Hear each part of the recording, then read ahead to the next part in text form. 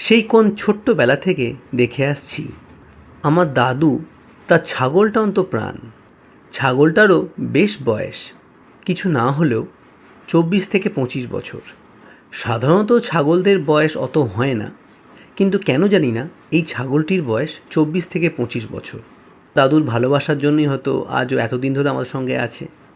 আর দাদু ভালোবেসে ছাগলটার নাম রেখেছিল রানী। দাদু চিরদিনই খুব পশু পাখি ভালোবাসেন।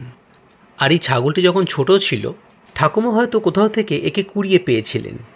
পেয়ে তিনি তা দাদুকে এনে দিয়েছিলেন, দিয়ে বলেছিলেন, দিয়ে গেলাম, যত্ন করে রেখো।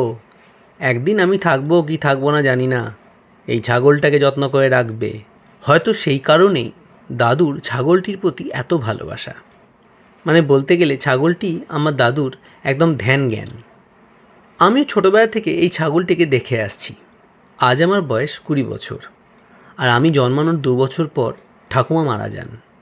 দাদু ঠাকুমা মারা যাওয়ার শোক খুব সহজে মেনে নিতে পারেননি।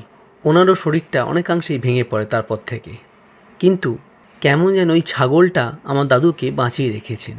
দাদু নিত্য দুবেলা ওই ছাগলটিকে খেতে দেন, চান করান, ওষুধ খাওয়ান, তার যা যা প্রয়োজনীয় সব কিছু তিনি তার নিজের হাতেই করেন। কিন্তু পরিস্থিতি সবসময় এক থাকে না। প্রতিটা সংসারেই একটা জিনিস যখন কেউ ভাবে, এমনও হয় যে সেই ভাবনাটাই অন্য কারোর কাছে একদম বিপরীত হয়ে যায়। এখানেও ঠিক তাই হলো। আমার ছোটো কাকার বিয়ে হলো। কাকিমা অনেক বড় ঘরের মানুষ। প্রথম প্রথম সব ঠিক চলছিল, তারপর আস্তে আস্তে কাকিমার কাছে সেই ছাগলটি যেন চক্ষুশূল হয়ে উঠল। এদার ওদার ছাগলটির পায়খানা পেচ্ছাপ কাকিমা মেনে নিতে পারতেন না। ছাগলটির বয়স হয়েছিল, এধার ওধার শুয়ে পড়তো, ঘুমিয়ে পড়তো, সেটা ঠিক কাকিমার পছন্দের বাইরে ছিল। তিনি বারবারই কাকাকে বলতেন যে ছাগলটিকে ঘর থেকে তাড়ানোর জন্য বা কাউকে দিয়ে দেওয়ার জন্য, কিন্তু কাকা দাদুর মুখের ওপর কখনো যাননি। কিন্তু পরিস্থিতির চাপে মানুষকে অনেক কিছুই করতে হয়। দীর্ঘদিন কাকিমার বলাতে কাকাও কেমন যেন আস্তে আস্তে ছাগলটির প্রতি বিরূপ হয়ে যান। একদিন দাদুর খুব শরীর খারাপ করে। ডাক্তার এসে বললেন দাদুর কন্ডিশন খুব একটা ভালো নয়, দাদুকে বাঁচাতে গেলে হাসপাতালে দিয়ে দিতে হবে। এবং হাসপাতালে দেওয়ার কিছুদিন পরেই তিনি আইসিইউতে ভর্তি হয়ে যান। তার কন্ডিশন ক্রমশ খারাপের দিকে যায়। দাদু যখন হাসপাতালে ভর্তি, ছাগলটাও এইদিকে খাওয়া দাওয়া বন্ধ করে দেয়। তাকে আমি বা বাড়ির অন্যান্যরা খাওয়ানোর অনেক চেষ্টা করলেও কোনো খাবারই সে মুখে তোলে না। হয়তো সে পশু, মুখে বলতে পারে না, কিন্তু মনের তো একটা কত ভালোবাসা থাকে। সেই কারণেই ছাগলটিও আস্তে আস্তে কেমন যেন বিমর্ষ হয়ে পড়ে। ঠাকুরের আশীর্বাদে দাদু কিছুদিন বাদে সুস্থ হয়ে ফিরে এলেন, কিন্তু তার শরীরটা আর আগের মতো রইল না। তিনি অনেকাংশেই ভেঙে পড়লেন শারীরিকভাবে।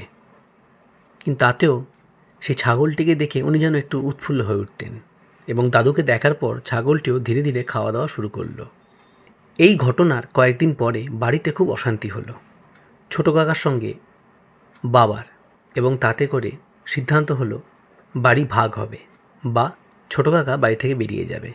আমার বাবা ব্যাপারটা বুঝতে পেরে কম্প্রোমাইজ করলেন। ছোটো কাকিমা সবথেকে বড় শর্ত হলো ওই ছাগলটিকে বাড়িতে সরাতে হবে। কাকিমার যে অভিযোগ ছিল ছাগলটির প্রতি, সেটি যেন আরও জোরালো হয়ে গেল। আর এবার আমাদের কারোরই বলার মতো কোনো কিছু রইল না। দাদুকে একরকম না জানিয়ে ছোটো কাকা এবং বাবাতে সিদ্ধান্ত হলো ছাগলটিকে আর রাখা যাবে না। অবশেষে সেই ছাগলটার জন্য একজন খদ্দেরকেও নিয়ে আসা হলো, আর ছোটো কাকাই তাকে আনলো। একদিন আমি বাইরে বেরিয়েছিলাম আমার কয়েকটা কাজের জন্য। ফিরতে একটু দেরি হলো। সন্ধেবেলা ফিরে গিয়ে দেখি ছাগলটির যে চেনটা খোলাই পড়ে রয়েছে, ছাগলটি সেখানে নেই। দৌড়ে বাবার কাছে গেলাম, গিয়ে জিজ্ঞেস করলাম। দেখলাম বাবার মন খুব খারাপ, এবং বাবা যে কেঁদেছেন বাবা তার চোখ দেখেই বুঝতে পারলাম। বাবা নিয়ে খুব শক্ত করে আমাকে বললেন, ওকে নিয়ে গেছে, ও আর নেই। আমি বললাম, কে নিয়ে গেল?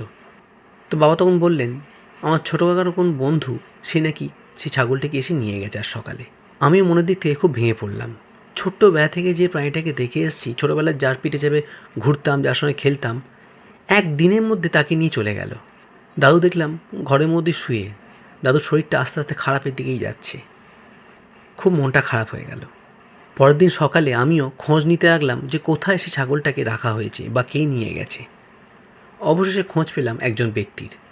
শুনলাম সেই নাকি ছাগলটা নিয়ে গেছে। তার কাছে গেলাম, তাকে জিজ্ঞেস করলাম যে ছাগলটার কি হলো। প্রথমটা সে একটু আমতা আমতা করলেও আমি তাকে একটু ফোর্সফুলি জিজ্ঞেস করলাম যে কী হয়েছে বলো, কারণ ব্যাপারটা আমাদের পারিবারিক ব্যাপার, খুব সিরিয়াস। তখন সে বলল সে অন্য একজনকে সেই ছাগলটি বিক্রি করে দিয়েছে, একজন কসাই। আমি বুঝতে পারলাম যে আমার হয়তো অনেক দেরি হয়ে গেছে। তাও মনে জোর করে আমার এক বন্ধুকে সঙ্গে নিয়ে রওনা হলাম সেই কসাইয়ের উদ্দেশ্যে। আর যখন তার দোকানে পৌঁছলাম দেখলাম তার দোকানে প্রচুর ভিড়, প্রচুর মানুষ মাংস কিনছে। আমি তার কাছে দৌড়ে গেলাম, গিয়ে বললাম, একটা সাদা রঙের ছাগল তুমি কি কোথাও থেকে এনেছো? সে প্রথমে আমার কথাটা খুব বেশি পাত্তা দিল না। আবার তাকে প্রশ্ন করলাম। সে আমার দিকে তাকিয়ে বলল, কোনটা? ওইটা? আমি যখন ঘাড় ঘুরিয়ে দেখলাম পায়ের তলার মাটিটা আমার সরে গেল। দেখলাম একটা ছাগলের কাটা মাথা, আর সেই ছাগলটা অন্য কেউ নয়, রানী। আঁতকে উঠলাম।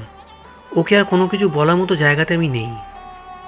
চোখ ঘুরতেই দেখি একটা বড় ছাগলের কাটার দেহ ঝুলছে, যার থেকে মাংস কেটে কেটে লোককে সে বিক্রি করছে। আমার বন্ধুটা তাকে তখন জিজ্ঞেস করলো, এইটা কি ওরই মাংস? বলল, হ্যাঁ, কেন? আমরা কিছু বললাম না। আমি চলে এলাম। বাড়ি এসে ঘরের মধ্যে ঢুকে গিয়ে আমি হাউ হাউ করে কাঁদতে লাগলাম। বাবা আমার কান্নার আওয়াজ পেয়ে দৌড়ে এলো, জিজ্ঞেস করলো, কিরে, কোনো কি জানতে পারলি? বাবাকে সব ঘটনা বললাম। বাবা চুপ করে গেলেন, আর কিছু বললেন না। ভাবলাম দাদু হয়তো জানেন না। ও আজ সকালেই দাদু ছাগলটার নাম ধরে বারবার ডাকছিলেন।